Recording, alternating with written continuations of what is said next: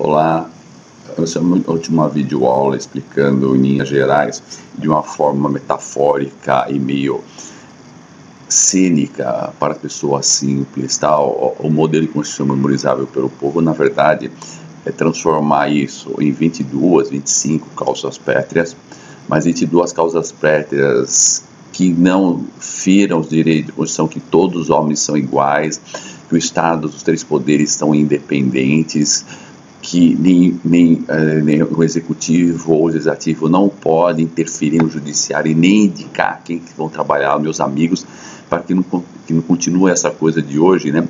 Quando vai ser julgado uma pessoa, só temos que definir que antes do churrasco, da festa, da cerveja, da cachaça, da muita carne, ou se é depois do churrasco, ou se é depois do jantar, aonde vem a mala preta, tá certo? Lá do Gedel, tá? Não, eu vou encontrar com o Gedel lá, mas você dá uma passadinha lá, enquanto o Gedel tá indo lá com um negocinho e tal, a gente conversa, bate um papo, resolve isso aqui e tal, não sei o que, tal, não sei o que. Não pode mais ser assim.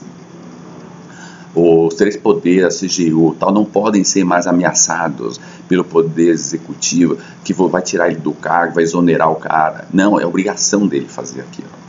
E aí, né, então vamos lá. Aí eu fiz uma pequena modificação aqui. Todo o poder emana do povo. Todo o poder emana do povo que exerce por meio direto, vamos inverter, não por representantes eleitos ou diretamente. Por meio direto ou por representantes eleitos.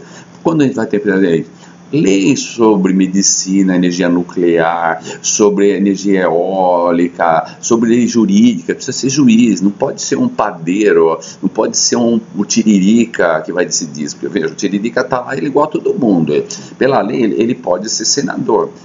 Mas como ele não sabe ler, ele não sabe interpretar leis, foi um partido lá que colocou ele para botar 5 ou 6 atrás dele, porque é o sistema eleitoral brasileiro.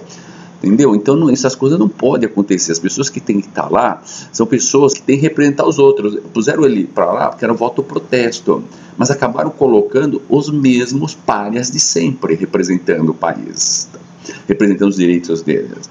Então vamos lá, então vamos para os artigos 18, nós vamos no artigo 18 para terminar aqui, vamos 17, são direitos sociais, aquilo que é obrigação do Estado, a educação, a saúde, o trabalho, o lazer, a segurança, a previdência social, a proteção à maternidade, à infância, a assistência aos amparados na forma dessa Constituição. Isso aqui está lá na Constituição, ela é perfeita, ela não é moderna, ela é arcaica, ela é medieval, ela é do século XVIII, porque ela foi feita nos acordões entre o ACM, o Quércia, o Maluf, Tancredo, tal, não sei o que eram as famílias que dominavam isso aqui, que eram os caras da Arena e o PMDB do regime militar.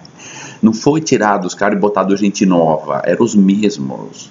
Tinha gente lá, tinha o cara do Partido Comunista, tá tudo lá dentro, lá, o Roberto Freire, que botou seu coisa, né? O Hélio Bicudo, Erundini, mais os outros botaram a lei do sindicato e tal, não sei o que, mas todos no mesmo patamar. Ou seja, essas leis aqui, elas estão lá, encalfudadas, escondidas, toda emaranhada lá dentro, e é impossível ao Supremo Tribunal Federal, a CGU e tal, agir de acordo com elas. Por isso que isso aqui é tudo muito contraditório. Os agentes da força pública terão todos os direitos dos demais cidadãos, a menos que a nação esteja em estado de guerra. Nesse caso, desse deve obedecer o regime de estado de guerra. Ou seja, veja, um delegado de polícia civil, um cara da polícia militar, é um cara concursado, é um cara que tem formado em direito, ou formado, é um professor, hoje em dia, esses caras são todos universitários, falam 2 línguas. E esses caras têm menos direito do que um analfabeto funcional, do que um grileiro de terra, do que um cara de um traficante que ainda não foi pego, ainda tem direito a voto. Isso é um absurdo, é um absurdo. Existem 2 estados, o estado de paz, então um político pode votar em quem ele quiser. O número de soldados em relação à população brasileira é menos de 1/1000%. Isso é conversa, balela de uma quadrilha que está lá no governo, o que não quer que as pessoas universitárias, pessoas com os direitos civis, conhecimento da justiça e tal. Você quer saber como que é o roubo? Para na esquina, pergunta para os policiais que ele conta para vocês, quando eles têm que prender aí alguma empresa tal, e chega um vereador e diz para ele assim, ó, não pode mexer isso aqui tal, porque isso aqui o cara pagou, aqui o cara comprou. Aqui é tudo assim. Então esses policiais que são presos lá no Rio de Janeiro, aqui no interior, aqui na periferia, que aprontam para eles aqui, põem umas mães do governo paralelo e das milícias, aí põem os pobres coitados lá, o cara vai lá prender, deu tiro, matou tal. Porque o policial ganha 5 mil reais. O policial, ele não tem dinheiro para comprar. Ele só tem dinheiro para pagar a escola, nem dá para pagar a escola dos filhos dele direito, muitas deles são de bolsa. Eles não têm dinheiro para comprar. Professor não tem dinheiro para comprar cargo, para comprar essa proteção do sistema. Não é permitido mentir, criar provas para se defenderem, nem para acusar qualquer cidadão. Eu coloquei isso aqui, porque tem que mudar o Brasil. O país dos Pinóquio, dos mentirosos, não tem como. O Estado tem o direito de usar qualquer meio legal para averiguar e certificar de qualquer violação da lei. Essa é a obrigação do Estado. O Procurador da Justiça, o Ministério Público, a ouvidoria, eles têm a obrigação e eles não podem ser coibidos por ninguém. Por isso que eles têm que ser, os cargos de direção, têm que ser indicados pelos seus pares, pelas pessoas que estão trabalhando lá dentro, que sabem quem são que estão nos conluindo das quadrilhas e quem não estão. Porque o cara que de repente está lá na presidência ou está lá na diretoria de algum lugar, um cara que é o cabeça de uma quadrilha e fica indicando só gente da quadrilha.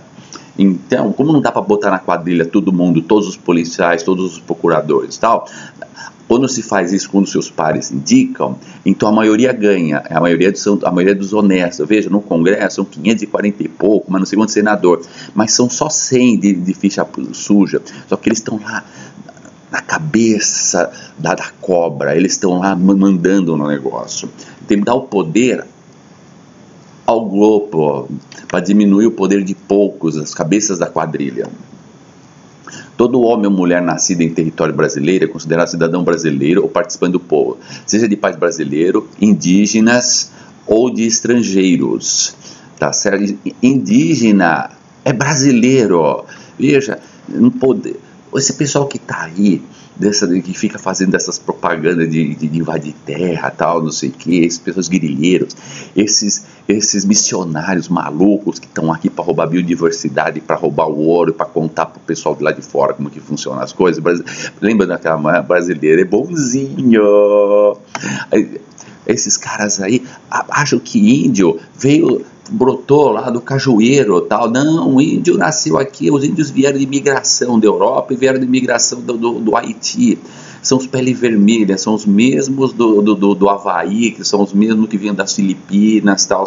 São seres humanos, são seres biológicos iguais a nós. Simplesmente eles estavam isolados. Da mesma forma que lá no Rio Grande do Sul, lá em Santa Catarina, tinha povos alemães que fugiram da Segunda Guerra e estavam lá isolados, mas era o povo alemão.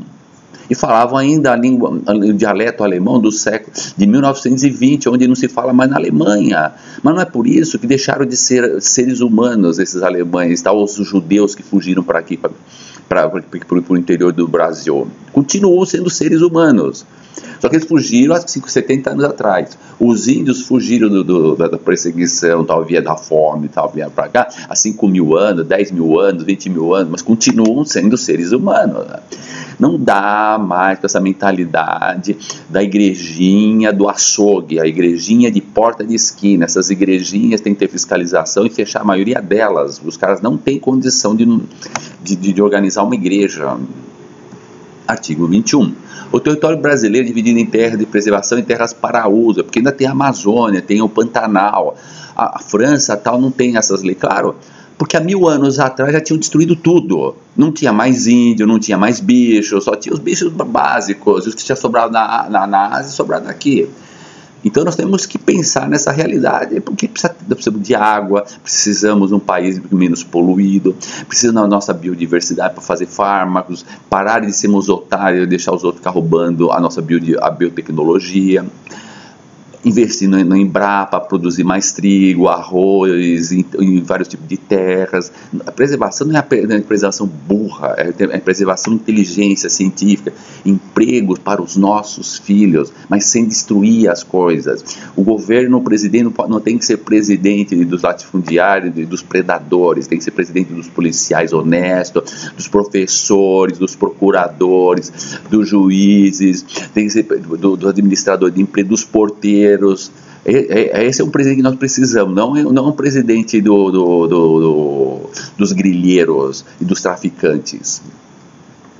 Todo o povo indígena que optarem em viver em seus próprios costumes, tem que viver em terra de preservação. Não dá para ter o índio vai viver numa terra dele lá. Ah, não, eu quero ser índio. E aí continua quer ser igual social. Então não é preservado, então não é índio. Deixa de ser índio, porque é um ser humano. Chegou um estrangeiro aqui, da África ou da Síria, tal, ele acaba se transformando brasileiro. Os índios também são brasileiros. Agora, existem algumas características antropomórficas sociais dos índios que vivem isolados. Eles querem viver isolado, tal, então vai viver isolado. Então essa terra vai ser de preservação. Não dá para o cara ficar lá tal e querer que. Não, eu quero ser índio tal. Ele quer andar pelado com as roupas dele tal. É um direito dele, é da cultura dele. E temos que preservar essa cultura nacional. É uma riqueza isso. Mas não dá para ser metade. Entendeu? Aí o cara vai lá e vai os gaúchos e mineiros ficar plantando coisa lá e usando, tirando madeira e devastando a floresta. Não pode. Não tem como.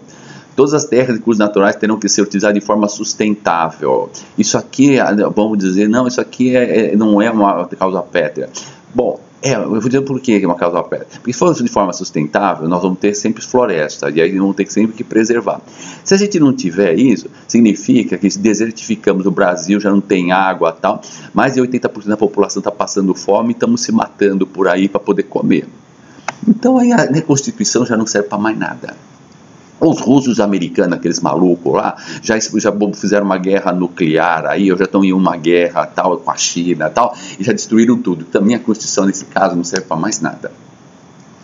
Todos os recursos minerais, hídricos e biodiversidade em terras de conservação só poderão ser utilizados para garantir a sobrevivência do povo do Estado brasileiro. Veja, não adianta ter nióbio lá, tal, nióbio, ímãs, tal, e que a gente precisa para fazer tecnologia para diminuir a poluição, para ter a água para beber, para poder energia elétrica, está lá e não poder usar. Agora tem que ser de forma sustentável, não pode chegar lá, depredar tudo, não pode lá grilheiros de terra entrar lá dentro, tem que vir fazer, tira o negócio, replanta tudo, põe tudo no lugar, vai reflorestando tudo. Isso é coisa inteligente, isso é coisa de ser humano no século XXI, não é mais século XVI. Na época do faroeste, não pode chegar a ficar lá dentro, eu quero matar índio, legal, era no faroeste, assisti faroeste, era legal, né? Isso é loucura, é psicótico, é paranoico. Essas pessoas não podem estar no poder. A Constituição tem que ser feita como um Estado civilizado. E aí eu vou falar que o Mohammed, né, quando escreveu no Alcorão, né, um livro sábio, né, diz que quem tirar uma linha, adulterar uma linha, uma vírgula disso aqui, irá para o fogo do inferno. Né? Esta Câmara é constituída por 22 artigos, pétreos e por artigos não pétreos e emendas parlamentares devem ser obedecidos na forma das leis. Ou seja, quem alterar alguma coisa disso vai para o fogo do inferno, né, na linguagem do Alcorão. Né? Eu estou plagiando o Alcorão aqui. Causa não pétrea, aqui estaria depende do tempo, das tecnologias, dos costumes, das necessidades locais e temporais, funcionamento interno dos três poderes, função do exército, relações trabalhistas, divisão de poder, obrigação de estados, municípios, que não pode construir cidade do lado das estradas, que ninguém respeita, e coisas e tais, né? Como deve ser feito o reflorestamento, todas essas são as causas não pétreas. E aí eu peguei um texto legal aqui para vocês, né? Mas e aí, vou agora a pergunta... A nossa pergunta, né? Tancredo, o senhor já achou a... eu peguei errado aqui, então deixa pra lá, vai ficar muito longo isso aqui. Deixa eu pegar uma coisa aqui. Jesus lhe contou outra parábola dizendo, o reino dos céus é como, eu traduzo o reino do céu como constituição, um homem que semeou boa semente em seu campo. Mas enquanto todos dormiam, veio o inimigo e semeou o joio no meio do trigo e se foi. Quando o trigo brotou e formou espigas, o joio também apareceu. Aí os servos disseram: Senhor, não semeou boa semente em seu campo? As leis não eram as leis que todos os homens são iguais e tal. De onde veio o joio, a separação, o roubo? O inimigo fez isso, né? Então, o que faremos? Tiremos o joio? Não dá para tirar o joio do trigo, né? Então, na hora que tiver maduro, o povo tiver consciente, tiver na hora certa, a gente colhe o joio do trigo, separa os dois e pomos fogo no joio, né? Então, a pergunta agora é o seguinte: já está na hora de separar o joio do trigo, separar as causas pétreas, as causas dos direitos humanos, da divisão dos três, a independência dos três poderes, que todos somos iguais perante a nação, do joio, dos direitos dos grileiros, dos direitos das pessoas que não querem ser empresas, que querem enriquecer ilicitamente. Acho que está na hora. Agora, quem vai decidir isso não sou eu. Sou apenas um ser humano que eu estou analisando. Não são os evangélicos que estão lá no poder? Será que eles entendem o que é joio e o trigo? Ou eles acham ainda que é o trigo lá plantado no campo? Diz que o reino do céu é uma ideia, né? É como uma semente, né, de mostarda, é a menor de todas, mas quando transforma em árvore é a maior de todas. Será que eles entendem isso? Bom, eu vou parar por aqui antes que me ponham no fogo, né?